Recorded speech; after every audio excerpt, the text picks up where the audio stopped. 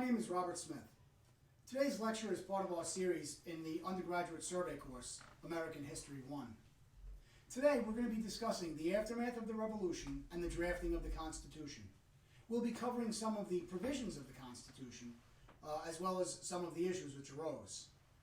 My presentation today is going to cover the readings from our textbook, Thomas Kidd, American History, including pages 164 to 184. But my comments are going to highlight the key takeaway issues that I think are important for the week. Later in the class, we'll discuss a few topics that I think you'll find not only instructive in terms of our material, but also in terms of how the framers debated the issues themselves. Some of the issues are very polarizing, so remember, be respectful of your classmates. When I was a student, my professor, Dr. Carrie Roberts, used to say that meeting our students on their thoughts, what was education is all about. So after my presentation, I want to hear from you. I want to hear your thoughts on the issues and what you have learned. After the war, Kidd estimates a mass migration of approximately 100,000 Loyalists out of the United States. Many of the Loyalists were more conservative than the victorious patriots who remained.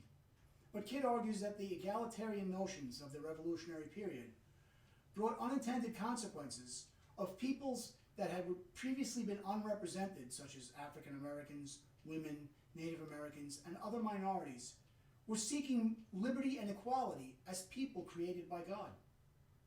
The Articles of Confederation came into effect in 1777 as the framework for the Continental Congress. It contained a single legislative body without a president or executive or a judicial branch. It operated on a strong consensus notion amongst the states, each of which had equal vote, and there was no taxation power. One of the major successes of the Articles of Confederation was the Northwest Ordinance of 1787, which enabled territories to become states. These states' areas included Ohio, Indiana, Michigan, Illinois, and Wisconsin. We can see the beginning of a north-south division already starting, as these states were free states and can be seen in the northern area of the United States. However, the Articles were so decentralized that Americans, including George Washington, were not happy with the government. Ironically, Americans were paying more taxes than they did under the British. In western Massachusetts, a veteran named Daniel Shea led an uprising or a citizens' army to an arsenal to stop debtors' courts from seizing citizens' livestock and property.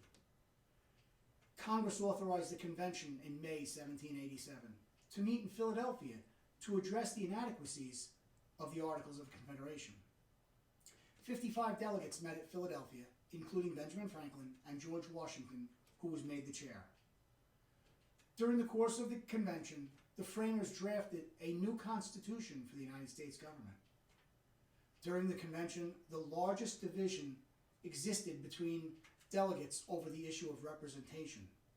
The states with a larger population believed that they should have a larger percentage of representation in the government. James Madison brought a plan that divided the government into three branches: an executive, a legislature, and a judiciary. The legislature included two houses with proportionate representation, known as the Virginia Plan. However, the states with the smaller populations wanted to keep their equal status as they had under the Articles of Confederation, with a single legislative house, and that came to be known as the New Jersey Plan. The compromise which was reached was known as the Great Compromise, or the Connecticut Compromise, which kept the two-house system, a lower body known as the House of Representatives, and an upper body known as the Senate, which was based on equal representation. However, another issue arose during the convention, which has plagued the United States since its inception, and that issue is slavery. The pro-slavery states argued slaves should be counted towards the population for representation purposes, even though the slaves could not vote. Northern delegates objected to this, since slaves did not have the right to vote. They argued that counting slaves as part of the population gave slave states disproportionate representation. We can see the real beginning of the dispute over slavery even at this early juncture in American history. an outraged delegate from Pennsylvania named Governor Morris stated, "The admission of slaves into the representation, when fairly explained, comes to this, that the inhabitant of Georgia and South Carolina, who goes to the coast of Africa, and in defiance of the most sacred laws of humanity, tears away his fellow creatures from their dearest connections and damns them to the most cruel bondages, shall have more votes in a government instituted for the protection of the rights of mankind than the citizen of Pennsylvania or New Jersey, who views it with a laudable horror so nefarious a practice." And that's in your textbooks on page 174. The issue threatened the Constitution Convention's very existence. However, another compromise was reached known as the 3/5 Compromise, where slaves would be counted as 3/5 of a person for governmental representation. While we look back at this compromise with horror, ironically, it was the slave states that pushed to include slaves with full personage, while the northern states sought to eliminate slave representation or proportion at all. The controversies did not end there. The slave states wanted some assurance that runaway slaves would be returned, which was built into the Constitution. The northern states wanted a provision to abolish the importation of slaves. Another compromise was reached there that the government would not interfere with the importation of slaves until 1808. And in 1808, Congress did abolish the importation of slaves.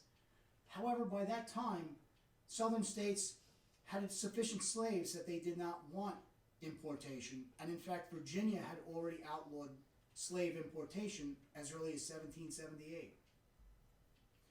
Another issue which still exists today is the idea of the Electoral College. The Electoral College is a Republican form rather than a direct democratic vote of the president. The states elect electors who cast their vote by state for the president. A committee of style was chosen, which included James Madison, Alexander Hamilton, and again Governor Morris, to work on the language of the Constitution, including the preamble, which was written by Morris, stating, "We the people of the United States, in order to form a more perfect union, establish justice, ensure domestic tranquility, provide for the common defense, promote the general welfare, and secure the blessings of liberty to ourselves and our posterity, do ordain and establish this Constitution for the United States of America." The compromises had been made at the convention. The Constitution had been drafted, yet the debates over the government were still not resolved. Kidd states, the ratification of the Constitution was, quote, "the most significant national political debate in American history," unquote. That's at page 178 of your textbooks. The supporters of the Constitution called themselves the Federalists, and the opponents the Anti-Federalists, who were really concerned with the concentration of power in a central government. The debates raged across America in pamphlets and newspapers. You can imagine the debates at social gatherings and even at the family dinner table. Ultimately, 10 amendments to the Constitution were adopted, which is known as the Bill of Rights. Those amendments are the right to free assembly, religion, and speech, the right to bear arms, the freedom from government intrusion, freedom from government searches, the right to prevent self-incrimination, the right to a jury trial in criminal prosecutions, the right of a civil trial for civil disputes, freedom from cruel and unusual punishments, reservation of rights not enumerated in the Constitution to the people, and reservation of rights not enumerated in the Constitution to the several states. The Bill of Rights and the Constitution were adopted in 1791. So let's take a look at how this Constitution works. There's 3 branches that are separate yet equal. Each branch is equal to the other. There's an executive branch, or the president, which enforces the laws. There's also the legislative branch, or Congress, which creates the laws. That's the legislative branch made of the House of Representatives and the Senate. Finally, there's a judiciary, or judges, which are the court system, and that would be the judiciary branch. All 3 of these branches operate together. The president appoints judges, and the Congress approves the judges. The judges can declare acts of the president unconstitutional, and they can declare laws passed by the Congress unconstitutional. The legislature passes laws, which then go to the president for signature to enforce. The president can veto that bill, but the Congress, by 2/3 vote, can override the executive veto. So you can see these branches are equal, yet work as checks and balances on each other. When we look at this government, we can see a Trinitarian framework. There are 3 branches that are separate and equal, but work together as a whole. And while I would not say the government is divinely created, perhaps we can say the framers were aware of this Trinity. In fact, many of the founders received divinity training and were Christian in faith. Iran Shalev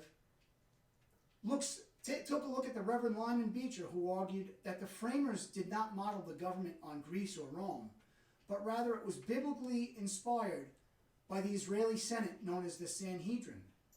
When we look back at our prior modules on religious settlements in America, such as the Puritans in New England, Quakers in Pennsylvania, the Dutch Reformed in New York, when we look at the Great Awakening in the mid-18th century, together with the inclusion of the First Amendment in the Bill of Rights, we can see the importance in American society of freedom of religion as a founding principle of our beliefs. Why is this important? Because we are important. Because you are important. And just as the framers sat together in their time and created these principles, you are here today in this class studying these principles. You every day live these principles with our government. There's a direct link between the framers and us and everybody in between. These principles exist in our daily lives even today. How? We have a government that's still in operation. Our executive is the president. Our legislature is the Congress that continues to pass laws such as taxes. Our courts were established to protect our freedoms and review the acts of the president and the bills passed by the Congress. Our courts were established to protect us. So just as the founders were aware of their heritage and their relationship with the Creator and creation, so too must we be aware of our relationship with the Creator and His creation. To quote Jerry Summers, a student's, quote, view of history must relate to and come from the sense of vocation they have as people of God. And that's from Ronald Wells's book at page 216. So now let's turn as a class and discuss these principles of limited government and the compromises made during the foundation of our government. The conflict as well as the